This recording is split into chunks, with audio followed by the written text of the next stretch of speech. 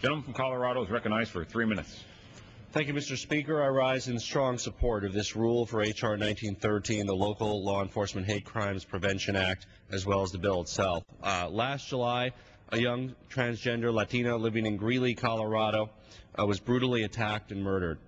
Her killer, who became outraged after he discovered that she was transgendered and beat her to death, told authorities that he had, quote unquote, killed it, and that, quote, all gays must die.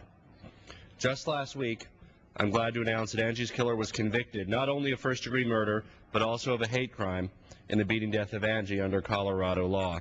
It was the first time in the nation that a state hate crime statute resulted in conviction of a transgender person's murder. And as a result, Angie's killer will serve life in prison without the possibility of parole. Thanks in large part to Colorado's hate crime law, which includes gender identity as a protected class, justice was served in this case. But sadly, this has more often than not been the case. Just a few years earlier, Fred Martinez, a Navajo Native American in Cortez, Colorado, openly gay youth, was killed.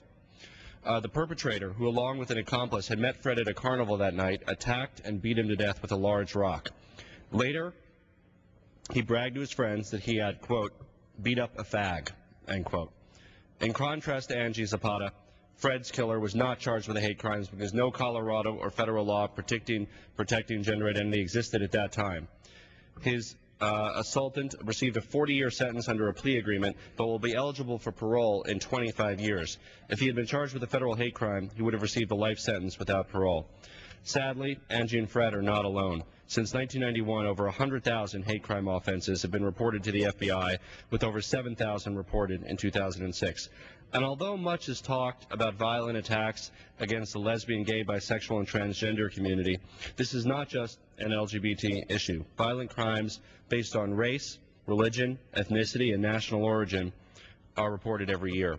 What makes these crimes so odious is that they're just crimes against an individual. They are crimes that terrorize entire communities and indeed are against the values and ideals upon which our country is founded.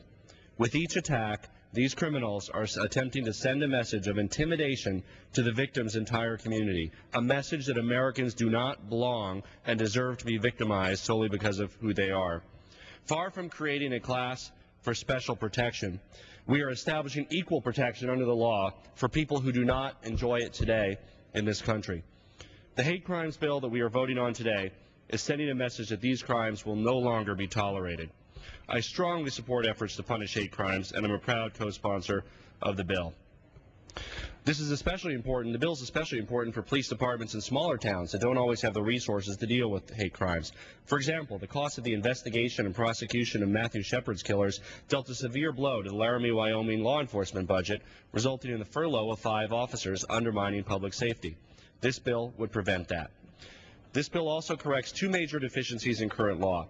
1, the excessive restrictions requiring proof that victims were attacked because they were engaged in certain federally protected activities, and 2, the limited scope of the law. It's important to note this legislation will not take rights away from anyone. Our country was founded upon certain inalienable rights, including the freedom of religion and free speech. This bill does not interfere with either of those principles, and that's why it's backed not only by hundreds of law enforcement agencies, but by mainstream faith-based organizations. It's time to pass this law. We must no longer turn a blind eye to hate crimes of any kind.